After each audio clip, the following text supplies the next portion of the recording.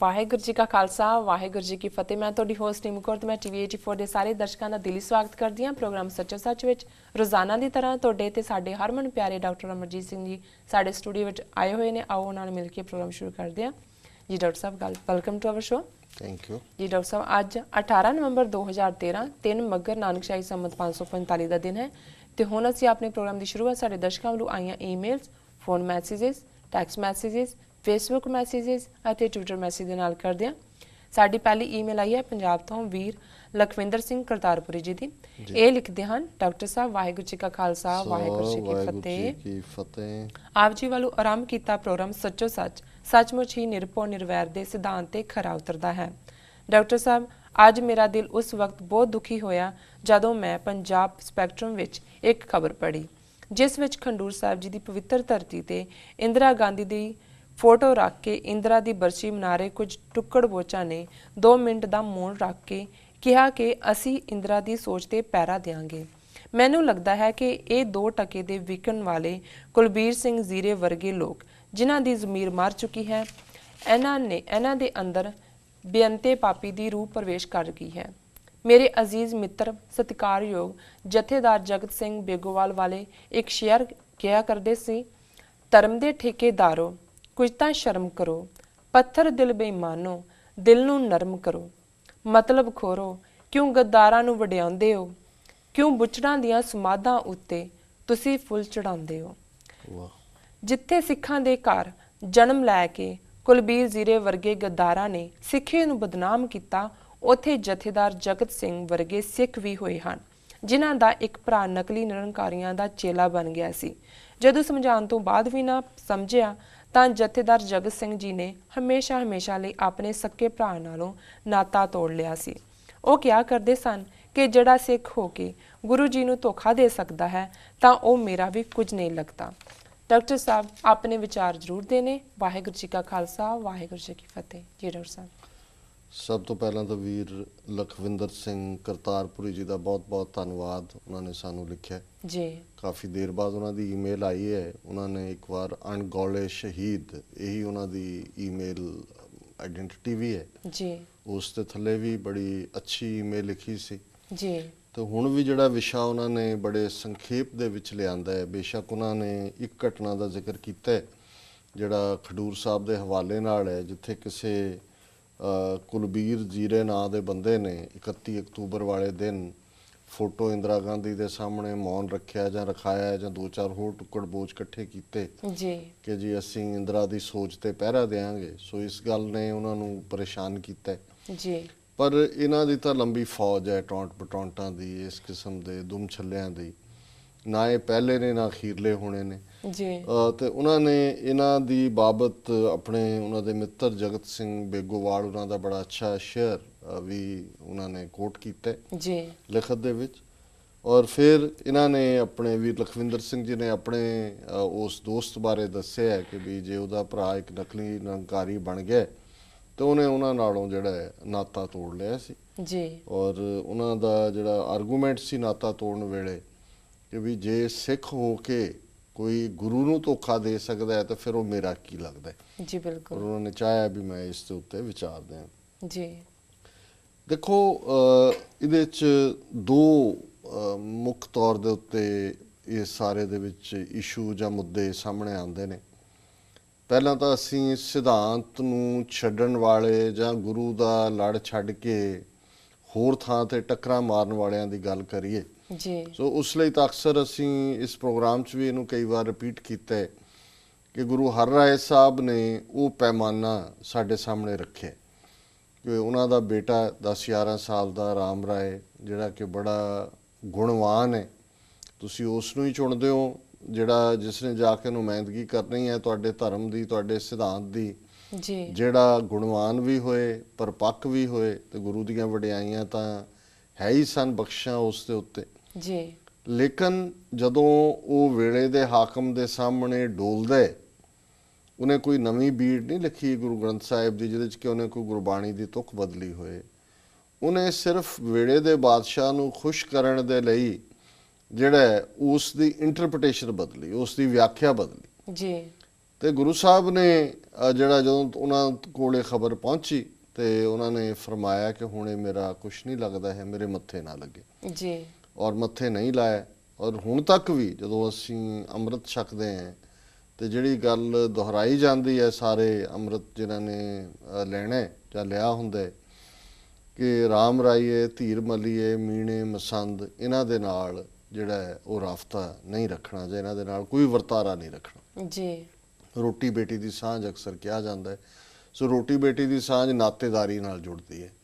ਪਿਛਲੇ ਦਿਨਾਂ 'ਚ ਮੈਂ ਦੇਖ ਰਿਹਾ ਸੀ ਕਿ ਅੱਛੇ ਪ੍ਰਚਾਰਕ ਨੇ ਇਸ ਗੱਲ ਨੂੰ ਸਾਹਮਣੇ ਲਿਆਂਦਾ ਕਿ ਬਹੁਤ ਲੋਕ ਉਹਨਾਂ ਨੂੰ ਇਹ ਪਤਾ ਹੀ ਨਹੀਂ ਹੈ ਕਿ ਹੁਣ ਜਿਹੜੇ ਭੂਤ ਕਢਾਉਣ ਦੇ ਨਾਂ ਥੱਲੇ ਵਡਭਾਗ ਸਿੰਘੀਆਂ ਦੇ ਜਾਂਦੇ ਨੇ, ਉਹਨਾਂ ਨੂੰ ਵਡਭਾਗ ਸਿੰਘ ਸੋਢੀ ਕਰਕੇ ਜਾਣ, ਬੇਸ਼ੱਕ ਉਹ ਵੀ ਗੁਰੂਆਂ ਦੇ ਪਰਿਵਾਰ ਦੇ ਨਾਲ ਹੀ ਸੰਬੰਧਿਤ ਹੈ, ਸੋਢੀ ਖਾਨਦਾਨ ਜੀ, ਲੇਕਿਨ ਉਸ ਦਾ ਵਡੇਰਾ ਜਿਹੜਾ ਹੈ ਉਹ ਧੀਰਮਲ ਹੈ। ਧੀਰਮਲ ਤੋਂ ਦੂਸਰੀ ਜਾਂ ਤੀਸਰੀ ਥਾਂ ਤੇ ਉਹ ਆਉਂਦਾ ਹੈ ਵਡਭਾਗ ਸਿੰਘ।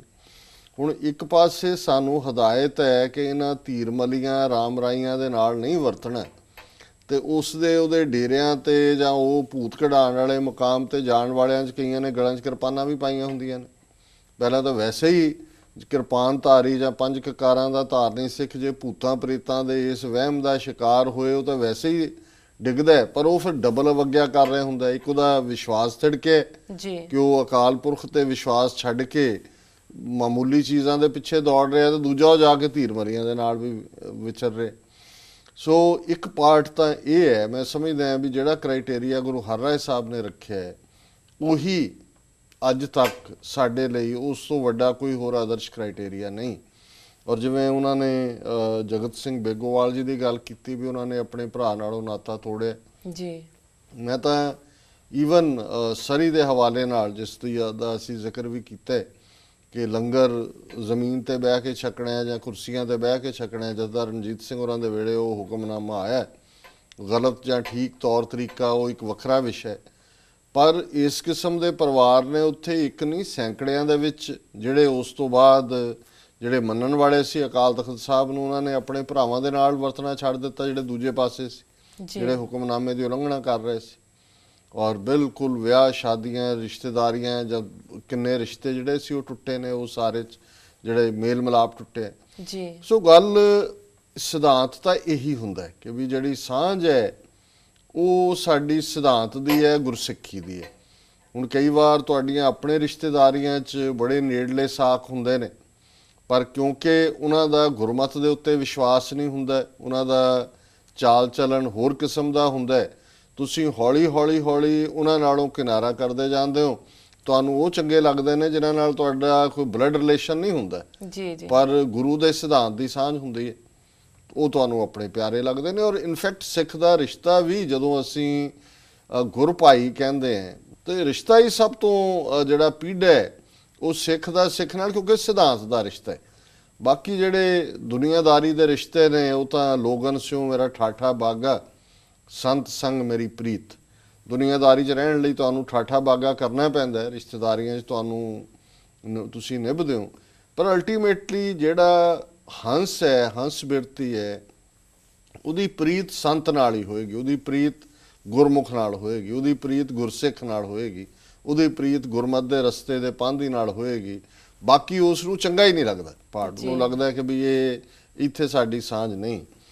ਹੁਣ ਦੂਸਰਾ ਜਿਹੜਾ ਜਿਸ ਤੇ ਉਹਨਾਂ ਨੇ ਸ਼ਾਇਦ ਜ਼ਿਆਦਾ ਦੁੱਖ ਉਹਨਾਂ ਨੂੰ ਹੋਇਆ ਔਰ ਉਹ ਜਾਣਨਾ ਚਾਹੁੰਦੇ ਨੇ ਵੀ ਜਿਹੜੀ ਇਹ ਨਸਲ ਹੈ ਜਿਹੜੀ ਕਿ ਇੰਦਰਾ ਗਾਂਧੀ ਦੀ ਸੋਚ ਤੇ ਪਹਿਰਾ ਦੇਣ ਦੀ ਗੱਲ ਕਰਦੀ ਹੈ, ਰਾਜੀਵ ਗਾਂਧੀ ਦੀ ਉਸ ਸਮਾਧੀ ਤੇ ਜਾ ਕੇ ਫੁੱਲ ਚੜਾਉਣਗੇ ਜਾਂ ਖਾਮਖਾ ਡਿਬੇਟ ਕਰਨਗੇ ਉਹਨਾਂ ਦੇ ਥੱਲੇ ਕਿ ਜੀ ਇੰਦਰਾ ਗਾਂਧੀ ਨੇ ਜਿਹੜਾ ਇਸ ਲਈ ਕੀਤਾ ਤੇ ਉਹ ਕੀਤਾ, ਮੈਂ ਸਿੱਖਾਂ ਦੀ ਗੱਲ ਕਰਦੇ।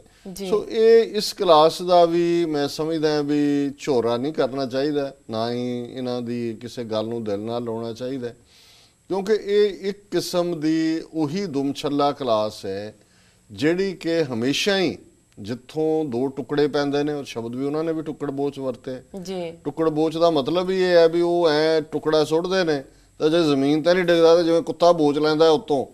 ਸੋ ਇਹ ਉਹੀ ਨਸਲ ਹੈ ਕਿ ਜਿਨ੍ਹਾਂ ਨੇ ਉਸ ਨੂੰ ਬੋਚਣਾ ਇਹ ਹਾਕਮਾਂ ਦੇ ਨਾਲ ਲੱਗੇ ਹੁੰਦੇ ਨੇ ਜੀ। ਔਰ ਇਸੇ ਲਈ ਕਿਉਂਕਿ ਮੈਂ ਸਿਰਫ ਟੁੱਕੜ ਬੋਝ ਕੁੱਤੇ ਦੀ ਸੈਂਸ 'ਚ ਉਹਨੂੰ ਅਲੰਕਾਰ ਨੂੰ ਨਹੀਂ ਯੂਜ਼ ਕੀਤਾ, ਕਿਉਂਕਿ ਗੁਰੂ ਨਾਨਕ ਸਾਹਿਬ ਨੇ ਇਸ ਨੂੰ ਕੀਤਾ। ਜਦੋਂ ਉਹ ਇਸ ਕਿਸਮ ਦੇ ਜਿਹੜੇ ਜ਼ੁਲਮ ਕਰਨ ਵਾਲੇ ਲੋਕ ਨੇ ਉਹਨਾਂ ਦੇ ਅਹਿਲਕਾਰਾਂ ਜਾਂ ਉਹਨਾਂ ਦੇ ਪਾਰਟੀਆਂ ਦੇ ਅੱਗੋਂ ਜਿਹੜੇ ਕਾਰਕੁਨ ਬਣੇ ਹੋਏ ਨੇ ਜੀ ਅੱਜ ਦੇ ਕੰਟੈਕਸਟ ਜ਼ਿਕਰ ਕਰਦੇ ਨੇ, ਤੇ ਇਹ ਟਰਮ ਹੀ ਗੁਰੂ ਨਾਨਕ ਸਾਹਿਬ ਨੇ ਯੂਜ਼ ਕੀਤੀ, ਇਸਤੇਮਾਲ ਕੀਤੀ। ਰਾਜੇਸ਼ੀ ਮੁਕੱਦਮ ਕੁੱਤੇ ਜਾਏ ਜਗਾਇਨ ਬੈਠੇ ਸੁੱਤੇ ਚਾਕਰ ਨਹਿੰਦਾ ਪਾਇਨ ਘਾਓ ਰਤ ਪਿੱਤ ਕੁੱਤਿਓ ਚੱਟ ਜਾਓ। ਕਿ ਜਿਹੜੇ ਹਾਕਮ ਨੇ ਉਹ ਤਾਂ ਸ਼ੇਰ ਵਾਂਗ ਜਿਹੜੀ ਹੈਲਪਲੈਸ ਜਨਤਾ ਉਹਦੇ ਉੱਤੇ ਝਪਟਦੇ ਨੇ ਜੀ, ਤੇ ਜਿਹੜੇ ਉਹਨਾਂ ਦੇ ਮੁਕੱਦਮ ਨੇ ਅਹਿਲਕਾਰ ਨੇ ਉਹ ਜਦੋਂ ਸ਼ੇਰ ਵਾਰ ਕਰਦਾ ਹੈ, ਉਹਨੂੰ ਜ਼ਖਮੀ ਕਰਦਾ ਹੈ, ਜਨਤਾ ਦੇ ਉੱਤੇ ਉਹ ਜ਼ੁਲਮ ਕਰਦਾ ਹੈ, ਉਹ ਜਿਹੜੇ ਮੁਕੱਦਮ ਨੇ ਉਹ ਕੁੱਤਿਆਂ ਦੀ ਤਰ੍ਹਾਂ ਫਿਰ ਉਹਦੇ ਤੇ ਝਪਟਦੇ ਨੇ ਅੱਗੋਂ ਕਿ ਜੀ ਸਾਡਾ ਰਾਜਾ ਜਾਂ ਸਾਡਾ ਹਾਕਮ ਜਿਹੜਾ ਜੇ ਇਹਨਾਂ ਦੇ ਖਿਲਾਫ ਹੈ ਤੇ ਅਸੀਂ ਅੱਗੋਂ ਇਹਨਾਂ ਦੀ ਜਿਹੜੀ ਆ ਪੱਤ ਜਿਹੜੀ ਹੈ ਇਹਨਾਂ ਦੀ ਰੱਤ ਚੱਟੀਏ ਔਰ ਪੱਤ ਇਹਨਾਂ ਦੀ ਲੁੱਟੀਏ ਜੀ। ਸੋ ਰਾਜੇਸ਼ੀ ਮੁਕੱਦਮ ਕੁੱਤੇ ਜਾਏ ਜਗਾਇਨ ਬੈਠੇ ਸੁੱਤੇ, ਉਹ ਜਾ ਕੇ ਬੈਠਿਆਂ ਸੁੱਤਿਆਂ ਨੂੰ ਖਵਾਰ ਕਰਦੇ ਨੇ। ਚਾਕਰ ਨਹਿੰਦਾ ਪਾਏ, ਉਹਨਾਂ ਦੇ ਅੱਗੋਂ ਚਾਕਰ ਨੇ ਰੱਖੇ ਹੋਏ। ਜੀ ਜੀ। ਔਰ ਮੈਨੂੰ ਇਸ ਕੰਟੈਕਸਟ ਦੇ ਵਿੱਚ ਆਪਣੇ ਜਦੋਂ ਕੌਮੀ ਗਦਾਰਾਂ ਦੀ ਗੱਲ ਹੁੰਦੀ ਹੈ ਤੇ ਪਿਆਰਾ ਸਿੰਘ ਨਿਰਛਲ ਸਟੇਜੀ ਕਵੀ ਹੋਏ ਨੇ, ਅੰਮ੍ਰਿਤਸਰ ਦੇ ਰਹਿਣ ਵਾਲੇ ਸੀ। ਉਸ ਜ਼ਮਾਨੇ ਦੇ ਵਿੱਚ ਕਾਫੀ ਜਿੰਨੇ ਵੀ ਮੋਰਚੇ ਲੱਗਦੇ ਸੀ ਬੰਜੀ ਸਾਹਿਬ ਉਹਨਾਂ ਨੇ ਰੋਜ਼ਾਨਾ ਇੱਕ ਨਵੀਂ ਕਵਿਤਾ ਜਿਹੜੀ ਹੈ ਉਹ ਉਹਨਾਂ ਨੇ ਲਿਖਣੀ ਔਰ ਸੁਣਾਣੀ ਜੀ। ਤੇ ਉਹਨਾਂ ਦੀ ਇੱਕ ਨਜ਼ਮ ਦਾ ਇੱਕ ਉਹਨਾਂ ਦਾ ਬੰਦ ਹੈ ਕਿ ਵੀ ਔਰ ਸਾਡੇ ਕੌਮੀ ਅੱਜ ਵੀ ਉਹਨਾਂ ਕਿਉਂ ਢੁਕਦਾ ਹੈ ਕਿ ਇੱਕ ਨਹੀਂ ਦੋ ਨਹੀਂ ਚਾਰ ਡੋਗਰੇ ਕੌਮ ਵਿੱਚ ਕਈ ਨੇ ਹਜ਼ਾਰ ਡੋਗਰੇ, ਹਰ ਵੱਡੇ ਡੋਗਰੇ ਦਾ ਨਿੱਕਾ ਡੋਗਰਾ, ਹਰ ਨਿੱਕੇ ਡੋਗਰੇ ਦੇ ਕਈ ਯਾਰ ਡੋਗਰੇ।